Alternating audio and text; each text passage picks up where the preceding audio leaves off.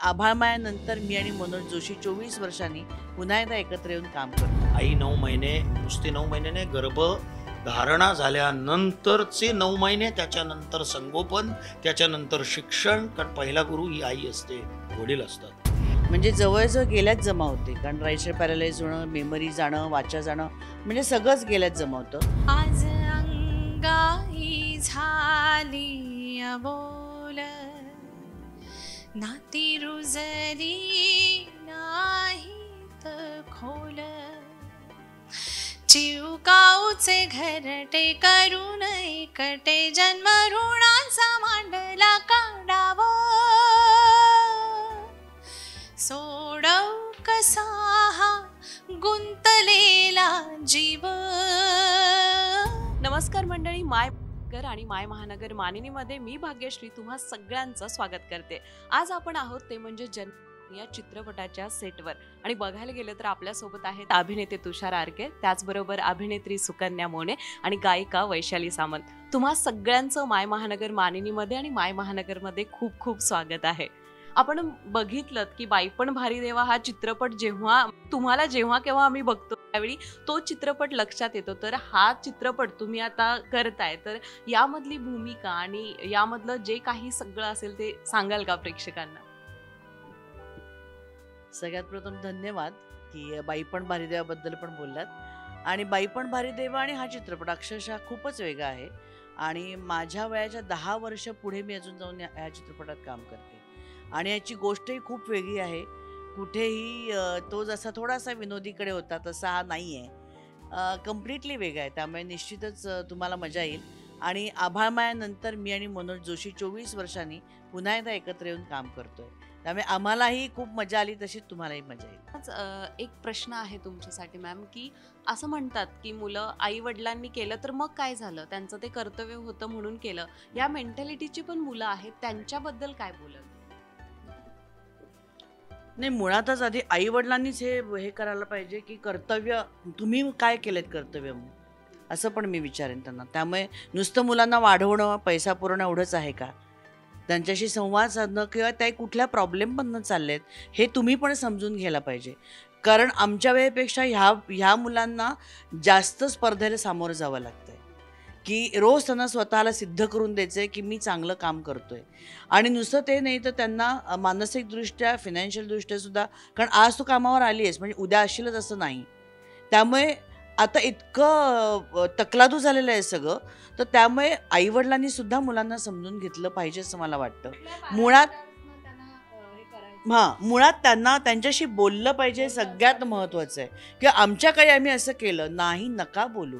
तुमच्या वेळेचा काळच वेगळा होता आणि आताचा काळच वेगळा आहे, तर त्यांच्या काळात आम्हाला शिरून त्यांच्याशी बोलायचं आहे. त्यामुळे मला वाटतं आता माझ्या खूप साऱ्या मैत्रिणी आहेत की ज्यांना सोशल मीडियाबद्दल काहीच माहिती, मला काय ते कळत नाही, हे करून चालणार नाही. तुम्हाला माहिती असलं पाहिजे, त्याची तोंड तरी तुम्हाला पाहिजे, तरच तुम्ही तुमच्या मुलांशी मैत्री करू शकाल. की त्याच्यावरती काय आजकाल त्या मुलांना फेस करायला लागतंय हे त्यांचं त्यांनाच कळू शकतं, पण ते तुम्ही सुद्धा अगदी लहान वयापासून त्यांना फेस करायचं असतं. की आता माझ्या मुलीला एखादा विषय शिकायचा होता, तो आपल्या भारतात नाहीच आहे. तिला ॲनिमल सायन्स शिकायचं होतं, ते भारतात नाहीच आहे. मग तिला तिच्या मनाविरुद्ध परदेशात जाऊन शिकायला लागतंय. तिथे ती एकटी कशी राहते? ती एवढ्या सगळ्या माणसांमधनं उठून ती एकटी राहते, ती एकटी स्वतःचं मॅनेज करते. मग त्यावेळेला एखाद्या दिवशी तिने फोन नाही केला तर मी असं माझी मुलगी माझ्यापासून दूरच गेली, हे असं म्हणणं बरोबर आहे का? तर तिला जर मी सतत फोन केला तर तिला तिथे रडायला येईल, तिथे ती राहूच शकणार नाही, ती तिचं कामच करू शकणार नाही. मग हे मी समजून घ्यायला हवं, तिच्यापेक्षा हे मी समजायला हवं. मग मी तिच्यासाठी एवढं केलं, करायलाच पाहिजे, त्यात काही मोठं नाही आहे, हे तुम्ही करायलाच पाहिजे. पण तुम्ही फक्त तुमच्या मुलांसाठी करता का? तुम्ही स्वतःसाठी पण करताच की. ह्या क्षेत्रात मिळाले कारण मला आनंद मिळतोय, मला पैसा मिळतोय, मला प्रसिद्धी मिळते, तेव्हा त्या मुलांनी माझ्यासाठी कॉम्प्रोमाइज केलं आहे. तिला जेव्हा मी हवे होते तेव्हा मी नव्हते तिच्या बरोबर. त्यामुळे मी हे केलं, हे मान्य आहे, ते माझं कर्तव्य होतं, हे मान्य आहे मला. पण त्याचबरोबर माझ्या आईचं पण केलं आहे, मी सासूचं पण केलं आहे, त्यांचं पण करते ना. त्यांनी पण माझ्यासाठी काहीतरी कॉम्प्रोमाइज केलंच आहे की. माझी सासू ती जाईपर्यंत माझं घर बघत होती म्हणून मी बिंदास काम करू शकत होते. आज माझ्या मुलीला माझ्या आईने आणि बहिणीने वाढवलं म्हणून मी बिंदास बाहेर काम करू शकत होते. मग त्यांनी पण माझ्यासाठी काहीतरी केलं, मग मी त्यांच्यासाठी करणं भाग आहे. त्यांच्या वेळेला उभं राहणं. तसंच मला असं वाटतं मुलांना, भले ते चुकले, आपण कधी चुकलोच नाही का? आईवडील सुद्धा आयुष्यात चुकलेच की, ते चुकले असतील, पण त्यांना जेव्हा घरातून पाठिंबा मिळतो, प्रोत्साहन मिळतं, तेव्हा ते अधिक अधिक छानपणे उभे राहू शकतात आयुष्यात. कारण त्यांना माहिती आहे माझ्या पाठीशी माझे आईबाप आहेत. मी कुठेही पडलो तरी जखमेवरती मलम चोळायला माझी आई आहे. पण तुम्हीच त्याला बोलायला, त्याला घरातूनही, मग ते फ्रस्ट्रेशन, डिप्रेशन, आत्महत्याचे सगळे प्रकार येतात. पण ठीक आहे, तुला आता नोकरी नाही आहे ना, आहे ना आपल्याकडे, आपण भाकरी भाजी खाऊ. आपण नाही 5 स्टार हॉटेलमध्ये जायचं, किंवा नको तू मर्सिडीज घेऊ, नको आयफोन वापरा, आपल्याकडे जे आहे त्याच्यात आपण आनंदी राहू. ते आनंदी कसं राहायचंय तुम्ही सुद्धा शिकलं पाहिजे. जर पालकांनी 5वीपासून तुम्ही मोबाईल दिल्यावर ती मुलं काय शिकणार? तुम्ही स्वतःच मोबाईलमध्ये इतके गुंता की तुम्हाला मुलांशी बोलायला वेळच नाही, आणि मग जेव्हा ते मोबाईलमध्ये असतात तेव्हा तुम्हाला राग येतो का? मग मुळात तुम्ही कसे वागता ते बघा, मुळात तुम्ही सुधारा, मग तुम्ही मुलांना शिकवा, असं माझं म्हणणं आहे. खाण्याच्या बाबतीत असू दे, राहण्याच्या बाबतीत असू दे, जगण्याच्या बाबतीत असू दे, आपण त्यांना म्हणतो तू ना ध्यानधारणा कर, पण अगं तू करतेस का? मेडिटेशन म्हणजे काय तुला माहितीये का? आधी तू स्वतः कर. सात्विक अन्न तू खायला शिक. तू पिझ्झा बर्गर मधनं बाहेर आहे तर तू त्याला शिकवशील. तू काहीतरी करायला शिक. जेव्हा मला माझं अजिबात स्वयंपाक करता यायचा नाही 29 वर्षापर्यंत, लग्न झाल्यावर माझ्या संजयने आणि माझ्या सासूबाईंनी मला स्वयंपाक शिकवला. पण नंतर मला लक्षात आलं की माझी मुलगी मोठी होऊन काय सांगणार, माझी मॅगी मस्त बनवते, पास्ता काय बनवते, नाही मला चालणार आहे. जसं मी माझ्या आईबद्दल सांगते की आमटी खावी तर माझ्या आईच्या, जे खावं तर तसं माझ्या मुलींनी सांगितलं पाहिजे. म्हणून मी माझी दिनचर्या बदलली पाहिजे. मुळात मी तशी राहायला पाहिजे, तर मी मुलांना सांगू शकते. मी जर स्वैराचाराने वागले तर मी माझ्या मुलांना काय सांगणार आहे? ती म्हणे लागं तू कशी वागलेस, तू कशी, मी बघितलंय. त्यामुळे मुळात पालकांनी सुधारलं पाहिजे, मग त्यांनी मुलांना दोष द्यायला पाहिजे. आधी तुम्ही सुधारा, मग मुलांनाच दोषी ठरवा. खूप सुंदर बोललाय मॅम, आणि तुम्ही सगळ्यांनी छान गप्पा मारल्यात. प्रत्येकाच्या घरातील हा विषय आहे, आणि या मुलाखतीच्या माध्यमातून तुमच्या मोबाईलपर्यंत पुन्हा एकदा आम्ही हा विषय मांडलाय. तुम्हाला हा पूर्ण व्हिडिओ कसा वाटला हे कळवायला विसरू नका. व्हिडिओ आवडल्यास लाईक करा, आणि अशाच नवनवीन व्हिडिओसाठी माय महानगर आणि माय महानगर मानिनीला सबस्क्राईब करायला विसरू नका. धन्यवाद. हो, एक मिनिट. आमचा चित्रपट 15 मार्च पासून सगळ्या चित्रपटगृहांमध्ये येणार आहे, प्रदर्शित होणार आहे. तेव्हा चित्रपटगृहात येऊनच सिनेमा बघा, कारण चित्रपट हा चित्रपटगृहांसाठीच बनवलेला असतो. 3 तास तुम्ही आमच्याबरोबर राहिलात तरच आमच्या भावना तुमच्यापर्यंत पोहोचू शकतील, आणि आमचा चित्रपट हा तुमचा चित्रपट होईल, आणि आपण सगळे एक होऊ. त्यामुळे निश्चित या आणि आम्हाला पाठिंबा द्या, प्रोत्साहन द्या. 15 मार्चपासून चित्रपटगृहामध्ये जन्मऋण, आणि आम्ही तुमच्या ऋणात राहायला कायम हजर आहोत. आम्हाला आवडेल. खूप धन्यवाद मॅम. त्याचबरोबर अभिनेते तुषार हरके आपल्यासोबत आहेत. सर, या चित्रपटामध्ये काम करताना तुमचा काय म्हणजे कन्सर्न होता की ही भूमिका मी का निवडावी? खरं म्हणजे कांचन मॅमनी जेव्हा मला स्क्रिप्ट दिली आणि मी त्यांना वाचून दाखवली, तेव्हा त्यांना असं वाटलं की मी हा रोल मला सूट होईल. त्या जर्नीमध्ये मला असं जाणवलं की आपण आईवडिलांना किती गृहीत धरतो, किती काही त्यांना आपल्याकडनं अपेक्षा असतात जे आपण कधी पूर्ण करतो आणि कधी आपण त्यांना हर्ट करतो. ते मला असं करत असताना असं जाणवलं, आणि मला ते आठवत गेलं की मी लहानपणी आईवडिलांना त्रास दिला आहे, लहानपणी. आता तर खूप रिस्पॉन्सिबली मी त्यांना खूप चांगल्याने सांभाळतो, आणि मला खूप त्याचं म्हणजे तो आनंद मलाही मिळतो जेव्हा मी आपल्या आईवडिलांना कशाही बाबतीत, कोणत्याही बाबतीत असं खुश, गुड न्यूज देतो किंवा आनंदी ठेवतो, कारण त्यांनी माझ्यासाठी खूप काही केलं आहे. तर शूटिंग करत असताना ऑब्व्हियसली ती केमिस्ट्री आमच्यामध्ये एवढी छान जमलेली. तेव्हा जसं मनोजजी मला खूप असे सीन करत असताना, आता एवढा एक्सपिरियन्स असल्यामुळे मी त्यांच्यासमोर खूप घाबरायचो, म्हणून ते मला रागवायचे की असा करायचं आहे आपल्याला, हा सीन असा करायचा आहे, असा. तर मला कधी कधी ना असं वाटायचं की मी कोणाकडे जाऊन बोलू, मी मॅमकडे जाऊन बोलायचो की मॅम मला रागवत, सर मला रागवत आहेत. तर आई बाबांचं जे नातं एका मुलाबरोबर असतं ते त्या तसं नातं, तसं इमोशन मी जगलो आहे सर आणि मॅम. येस शूटिंगच्या दरम्यान. तर खूप मजा खूप आली, आणि शिकायला भरपूर मिळालं. खूप धन्यवाद सर.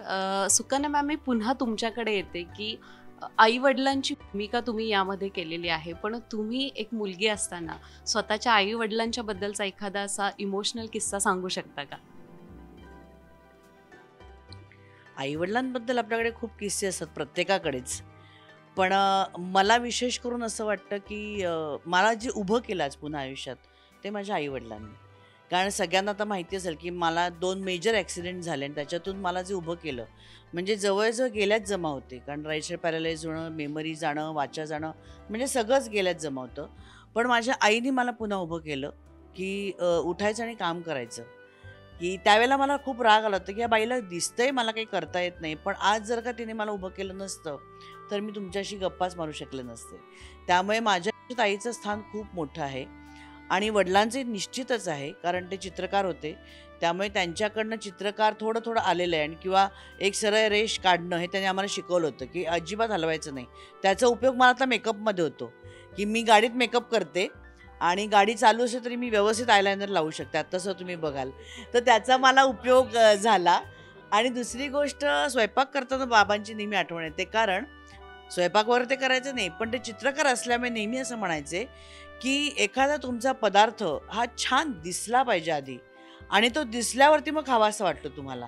त्यामुळे रंगसंगती, ताटातली रंगसंगती छान असली पाहिजे, की आज जर कढी केली आहे, तर मग एखादी लाल रंगाची उसळ करा, मग हिरव्या रंगाची चटणी करा, मग ती पोळी, भाकरी पांढऱ्या रंगाची, असं ते छान दिसलं पाहिजे ताट, की मग समोरच्याला जेवावंसं वाटतं. तसं तुमचं दिसणं सुद्धा तितकंच महत्त्वाचं आहे प्रेक्षकांपर्यंत. त्यामुळे दिसण्याकडेही तुम्ही लक्ष दिलं पाहिजे, हेही मी त्यांच्याकडनं शिकले.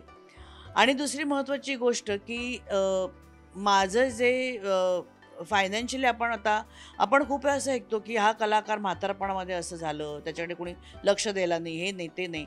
पण त्या काळात म्हणजे जवळजवळ आज मी शांती जेव्हा केली, 90 सालची गोष्ट तुम्हाला सांगते, त्या काळी मी एका वेळेला 4-4 सिरियल करत होते, एक नाटक करत होते. कारण त्यावेळेला विकली होते सगळे. डेली सोप फारसे नव्हते, एकच शांती होती. पण त्यावेळेला जे काही पैसे मला मिळायचे ते सगळे मी आईवडिलांकडे नेऊन द्यायचे आणि त्यांनी ज्या पद्धतीनं त्याचं वर्गीकरण केलं, जे मला आत्ता उपयोगी येतंय. माझे वडील फार काही शिकलेले नाहीत, कारण त्यावेळेला काही CA वगैरेचे फार काही नसायचे. पण त्यांच्या कुवतीनुसार त्यांनी अशा ठिकाणी माझे पैसे गुंतवले, की ज्याचं पेन्शन मला आता 50शी नंतर मिळतं.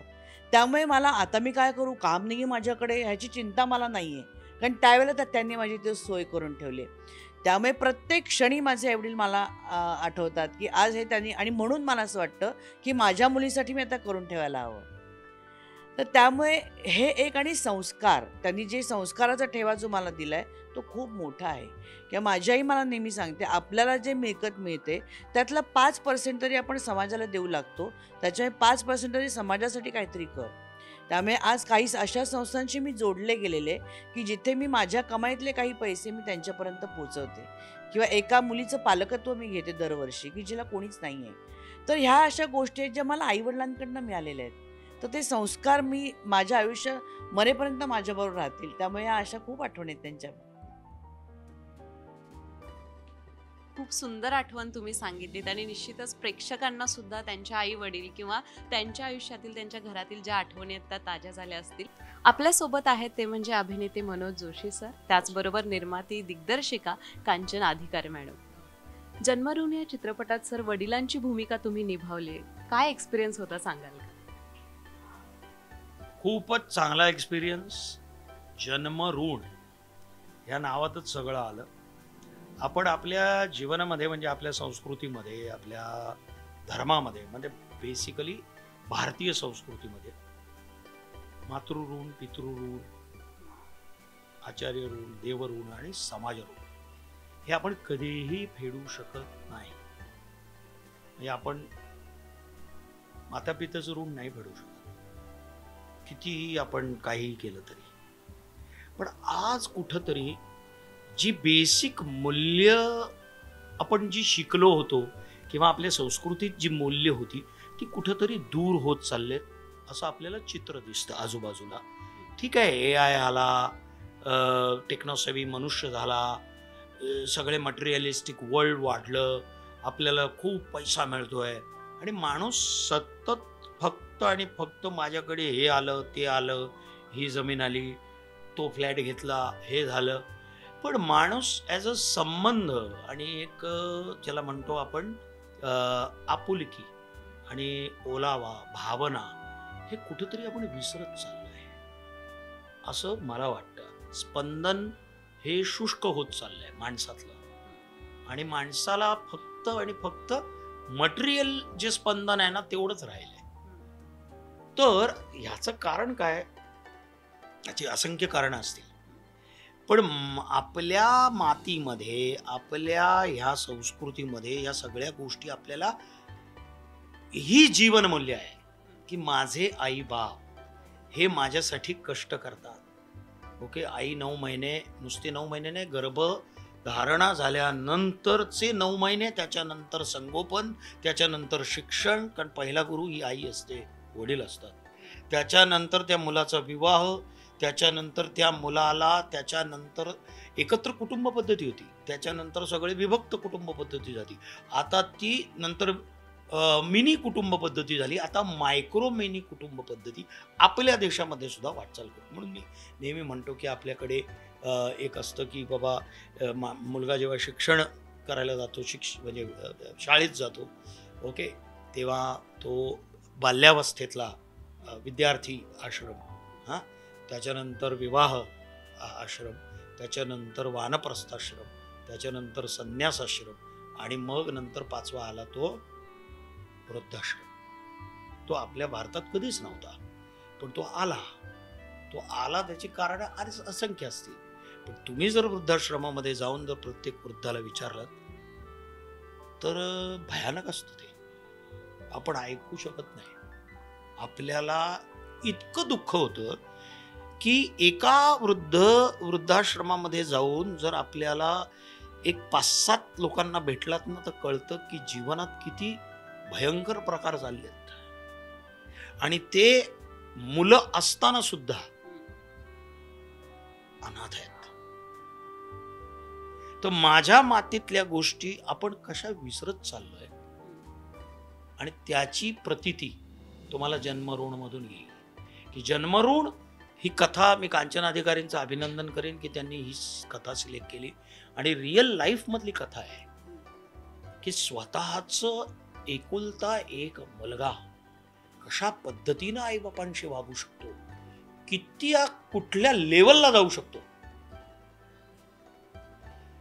हे जिवंत चित्रण, आणि हे रिअल गोष्टीवर आधारित ही कथा आहे. सो दॅट इज वाय मी त्यांचं अभिनंदन करतो. त्यांनी याचं निर्माण केलं, दिग्दर्शन केलं. I enjoyed. She is a friend of mind. Markand अधिकारी माझे मित्र आहेत, आणि मला खूप आवडलं काम करताना. आणि plus Sukanya Kulkarni, we work with each other. आम्ही नाटकापासून, म्हणजे भले एकत्र नाटक नाही केलं, पण आम्ही खूप काळापासून दुसऱ्यांना पण आभाळ माया आम्ही केलं एकत्र, आणि लोकांनी खूप उदंड प्रेम केलं आमच्यावर. आभाळा एवढं प्रेम केलं, अजूनही करतायत.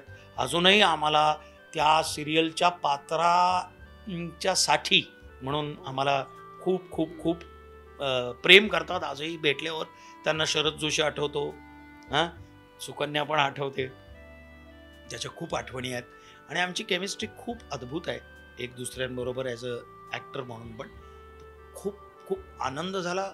चांगली कथा, चांगली स्क्रीन प्ले, डायलॉग, आणि पात्रलेखन, आणि आजची समाजाची जी व्यथा आहे ती मांडणारी ही कथा आहे. त्यामुळे जन्मऋण हे प्रत्येक दर्शकानं, प्रत्येक प्रेक्षकानं सिनेमागृहात जाऊन बघा. ही आपल्या घरातली कदाचित असेल, आपल्या घराच्या आसपासातली असेल, आपल्या समाजातली असेल, आपल्या गावातली असेल, आपल्या शहरातली असेल, पण अशा पद्धतीची कथा तुम्ही ऐकली असेल. तेव्हा आपण कसं वागायचं, मुलगा म्हणून, मुलगी म्हणून, आणि आईबाप म्हणून सुद्धा कसं सजग राहूयात, आणि कसे आपले नातेसंबंध हे ओले राहतील, आणि ज्या आपल्या मातीतली जी आपली शिकवण आहे, मूल्याधिष्ठित शिक्षण आहे, ते अबाधित राहण्याकरता जन्मऋण हे आवश्यक आहे. आणि मात्या पित्यांचं ऋण फेडण्याकरता सुद्धा जन्मऋण बघा. थँक्यू सर, खूप धन्यवाद. मी आता वैशालीताई तुमच्याकडे येते की प्रत्येक गोष्ट असू देत किंवा चित्रपट, कोणतीही गोष्ट त्याला संगीताची जोड दिली तर म्हणजे जे सौंदर्य प्राप्त होतं ते निश्चितच बाकी कशामुळे होत नसेल. तर तुझा यामधला सहभाग कसा आहे, आणि एखादं छोटंसं गाणं यामधलं थोडंसं बोलून दाखवशील? हा एक खूप ज्वलंत सामाजिक विषय आहे आणि तो आपण सादर करतोय. हे कुठलंही एंटरटेनमेंटवालं काम नाही आहे, तर डोळ्यात अंजन घालायचं आहे. तर गाणं झालं, मी आणि सुदेशजी हे गाणं गायलो आहे आणि ह्या दोघांवर ते चित्रित झालं आहे. ते चित्रपट पूर्ण मी बघितला आहे, त्यामुळे मी जास्त काही सांगणार नाही. इतकंच म्हणेन की 15 मार्चला थिएटर्समध्ये जाऊन आपल्या कुटुंबासकट, आपल्या मुलांसकट हा चित्रपट बघा. थोडंसं आत्मपरीक्षण करायची आईवडिलांनाही गरज आहे आणि मुलांनाही. थोडंसं मला जेव्हा चित्रपट बघितला, मला असं वाटलं की अरे या आईवडिलांनी थोडासा आधी वेगळा विचार करायला पाहिजे होता, एस्पेशली वडिलांनी. हा चित्रपट बघितल्यावर आपल्याला हे आपल्या स्वतःशी आपले हे प्रश्न सुरू होतात की हा किती चुकला आणि हे किती चुकले. आणि मग गाण्यातही तसं झालंय. कुणाचा पिल्लू चुकले भुलले, विकले हो मायपाश, विकले हो मायपाश, झाली पडझड, झाली एकदा घडून गेलाय, पडझड झालेली आहे, झाली पडझड उमगेना कुणाचा हा दोष.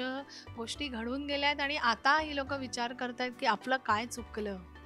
आणि दुर्दैवाने अशी वेळ कुठल्याही आईवडिलांवर येऊ नये, हा सगळा विचार करत होते गाणं लिहिताना. आणि आय एम व्हेरी हॅपी की हे गाणं झाल्यानंतर असं एक होतं ना, अरे आपण हे केलं, वो वाला फील आहे इधर, हा की हे हो गया. सो हे मी माझ्या आईवडिलांना डेडिकेट करेन. आज अंगाई झाली अबोल, नाती रुजली नाहीत खोल, चिवकाऊचे घरटे करून एकटे जन्म ऋणाचा मांडला काढावो, सोडव कसा हा गुंतलेला जीव, सोसना घाव, सोसना घाव. थँक्यू. की ही सत्य घटनेवर आधारित आपण बघतो की हा चित्रपट आहे, तर तुम्हाला कसं सुचला आणि काय वाटलं नक्की सिलेक्ट करताना ही स्क्रिप्ट आणि पूर्ण हा चित्रपट?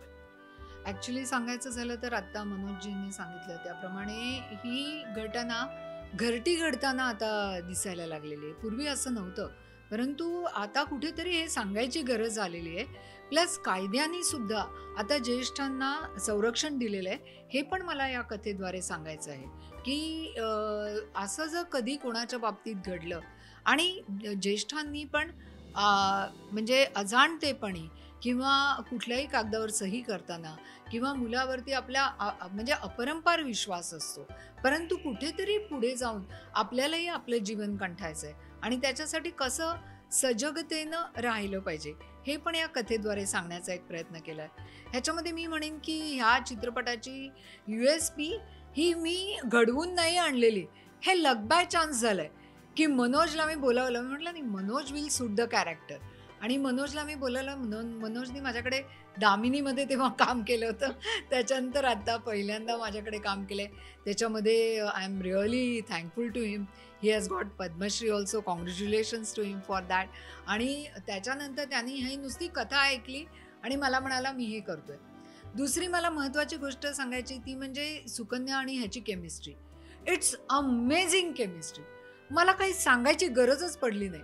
म्हणजे ह्याला मी सांगितलं ना की अरे हा सीन आहे, चल आपण करूया, हा चल चल चल टेक टेक टेक. शेवटी सुरेश देशमाने आमचा तिकडचा कॅमेरामन तो ओरडायचा, अरे थांबा थांबा मला तरी एक कॅमेरा रिहर्सल तरी द्या.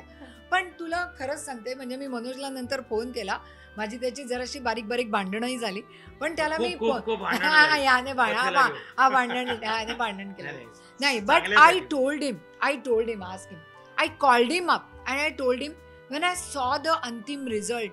आणि जेव्हा सगळा अख्खा चित्रपट पाहिला, I called him and I told him, माती घाल सगळ्यावर, तू अप्रतिम काम केलंयस and I am in love with you. इतकं त्याने सुरेख काम केलंय.